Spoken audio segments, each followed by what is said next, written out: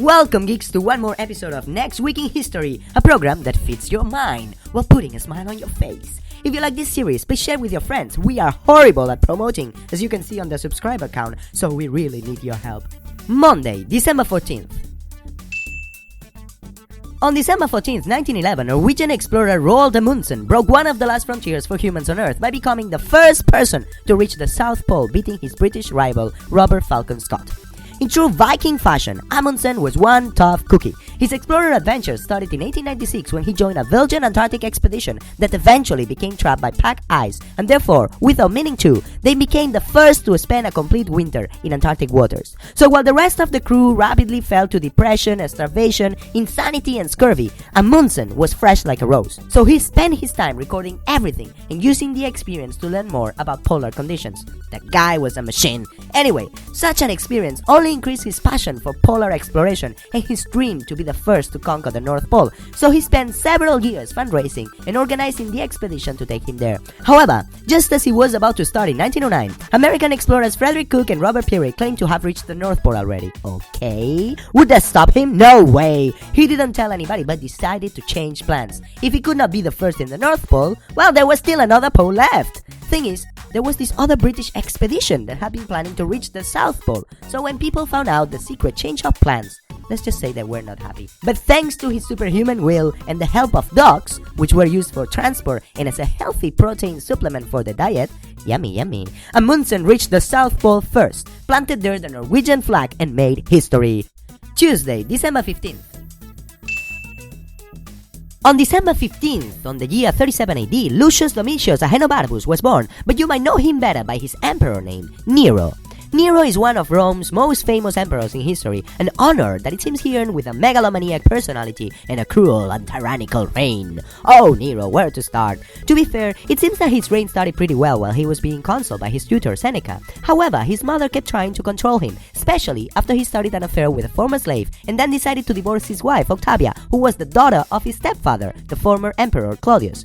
His mother even started supporting his half-brother as new emperor, but Nero got tired and ended all that crap. His half-brother died suddenly, just the day before he was to be proclaimed an adult, most probably poisoned. And his mother did not last much more because Nero ordered for her to be killed soon after. After her murder, Nero's reign grew much darker. Oh yes, we're just starting. He's supposedly blamed with killing his first wife, Octavia, and his second wife, Sabina Poppaea, while pregnant, for which he felt great remorse. Well, that's until he glanced upon a young man, Sporus, who resembled Sabina in looks. What did he do, you ask? Well, he had him castrated and went through a marriage ceremony, dressing him in empress clothes and giving him the nickname Sabina. Okay. Nero also had an homosexual relationship with a young actor named Paris, and that would be no problem on my side, if only he had not killed him because he got jealous of his acting ability. Oh my god. Then, besides all this, he crushed any perceived disloyalty or criticism. He spent a fortune on his artistic career because he thought he was a poet and singer star. And he is credited as the first emperor to persecute Christians, burning many of them alive after he blamed them for the Great Fire of Rome. A fire which, by the way, many suspect Nero himself instigated in order to clear space for his new palace. Wow, seriously, these Romans make Game of Thrones characters look like saints. Wednesday, December 16th. December 16th is a big day for the history of music since on that day in 1770, Ludwig van Beethoven, widely considered the greatest and most influential composer of all time, was born in Bonn, Germany. Beethoven grew up in a musical family. His grandfather had been a famous musician, so his alcoholic father, upon learning of Mozart's father's success marketing his music prodigy children, decided to do the same with Beethoven and started teaching him music with a brutality that affected him for life.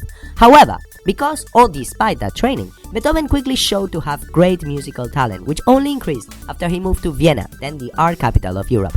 Despite his extraordinary creations of beautiful music, Beethoven was lonely and frequently depressed through his adult life. He was often sick, he fell in love a number of times but never got married, for reasons that included his shyness, his looks, it seems the guy was pretty ugly actually, and being a commoner. Moreover, it is widely known that Beethoven suffered the greatest tragedy for a musician, the loss of hearing, which started in his 30s. By the last decade of his life, he was almost totally deaf, so he gave up conducting and performing in public. But showing superhuman abilities, he continued to compose, and somehow, despite his shitty personal life, sickness, and complete deafness, Beethoven composed his greatest music, perhaps the greatest music ever composed, near the end of his life. Thursday, December 17th. On December 17, 1903, two brothers from Dayton, Ohio, with no formal engineering training, not even a high school diploma, defied gravity in their Curious flying machine over the dunes of North Carolina, making what many consider the first power, sustain, and control manned airplane flight. They were, of course, Orville and Wilbur, the Wright brothers, and their feat sparked the era of modern flight and saw them into history. It seems it all started with the Wright brothers becoming obsessed with human flight after receiving a flying toy from their father. In 1892, to fund their experiments, they opened a bicycle shop, earning them enough money to fund their childhood dream. They started building several gliders, they improved wing design using a self-built wind tunnel, and after a lot of fine-tuning, they finally felt ready to add a custom-made 12-horse gasoline-powered motor. With the towing cost, it was decided that it would be Orville the first to try, but the engine stalled and the plane was damaged, so the second attempt on December 17th belonged to Wilbur, who became the first person to fly on an airplane with a short but exhilarating 12-second flight. The brothers did 3 more tests that day, with both flying the airplane, and during the next few years, they further developed their airplanes and founded the Wright Company to build and market them. Fun fact, did you know that when Neil Armstrong became the first man to step foot on the moon in 1969, inside his spacesuit pocket was a piece of muslin fabric from the left wing of the original 1903 Wright airplane, along with a piece of wood from the airplane's left propeller? Wow! Friday, December 18th. December 18th marks many celebrity birthdays. Let's start with Joseph Stalin. Born in 1878, he was a famous Russian communist dictator. He ruled with an iron fist, famous for his Great Purge, where he consolidated all power by basically sending more than 14 million people to Gulag labor camps, deporting nearly 3.3 million people to Siberia, and plainly executing about 700,000 people. What? On top of that, his economic decisions originated the Great Soviet Famine, where 5 to 10 million people died. Shit. But wait for it, because the irony is that Joseph Stalin was nominated for the Nobel Peace Prize in both 1945 and 1948.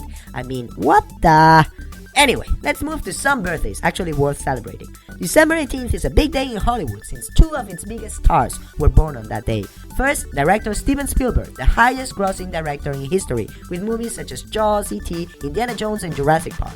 Second, actor and producer Brad Pitt, also one of the most influential and powerful people in American entertainment industry, husband of actress Angelina Jolie, and considered for many years one of the world's most attractive men. Hello, ladies.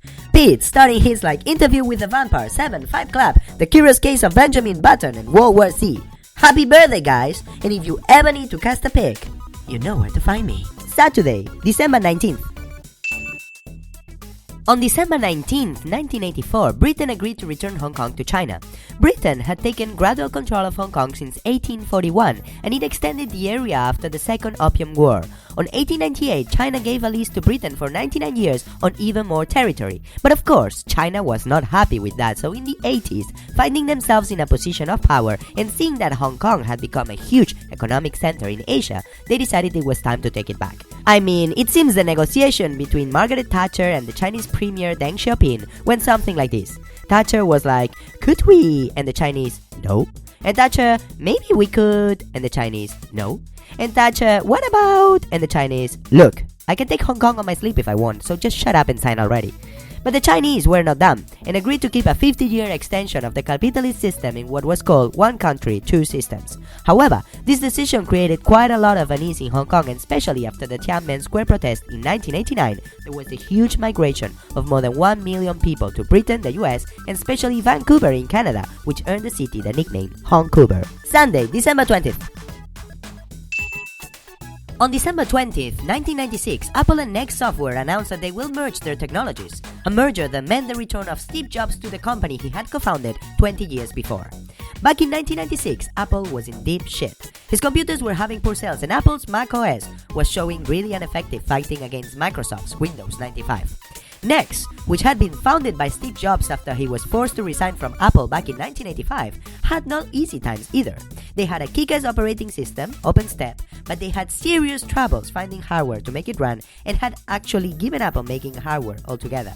So both companies realized they had one piece of the puzzle each. Apple had its own respected hardware platform and a worldwide resale channel, and Next had an efficient organization, good software, and Well, they had a Steve Jobs. As a result of the merger, Jobs returned as Apple's CEO, and NextOS evolved into the final Mac OS X or Mac OS X, and Apple started churning out products such as the iMac, iPod, iPhone, iPad, making it the most valuable company in the world. Fun fact. Did you know that Tim Berners-Lee invented the World Wide Web on a NeXT computer and that the first App Store was also developed on that NeXT platform?